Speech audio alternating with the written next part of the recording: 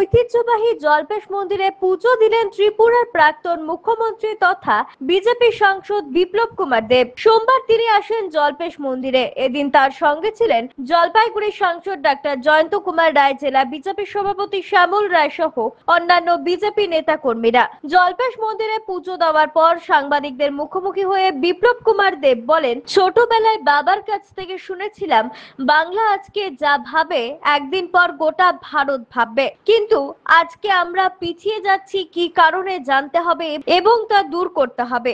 বাংলা তার গৌরব ফিরে পাক এই প্রার্থনা করে পুজো দিলাম। মুখ্যমন্ত্রীকে কটাক্ষ করে তিনি বলেন, মুখ্যমন্ত্রীর কি দায়িত্ব তিনি সেটা জানেন না। বাংলার মানুষ সম্পর্কে বাইরে এই ধারণা তৈরি হচ্ছে। আগে বাংলা বিপ্লবদের আঁকড়া ছিল, এখন জঙ্গিদের ঘাঁটি। ভোটের আগে মুখ্যমন্ত্রী বলেছিলেন আমি বাংলার মেয়ে, আর এখন বলেন বাংলার মেয়েদের রাত্রিবেলা বেরোনো যাবে না। তৃণমূলের কটাক্ষ করে তিনি আরো বলেন, তৃণমূলে কি আছে, পিসি আর ভাইপো, এর বাইরে কিছু আছে? বাংলা থেকে আমরা কোনদিন যাব না, ভারতকে শাসন করব, কিন্তু এই ব্রিটিশরা 150 বছর পরে 1911 সালে এই বাঙালিদের ভয়েই পালিয়ে দিল্লি চলে গেছে রাজধানী। ব্রিটিশরা 150 বছর শাসন করবার ভয়ে পালিয়েছে। 11 বছর 12 বছর 15 বছর শাসন করে কেউ যদি ভালো গুন্ডারাজ তৈরি করে দেবে, এটা বাংলার মানুষ।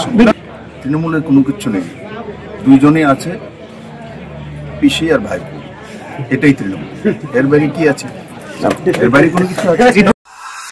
অমিত বণিকের প্রতিবেদন, সিসিএন, তরাইডুয়া সংবাদ।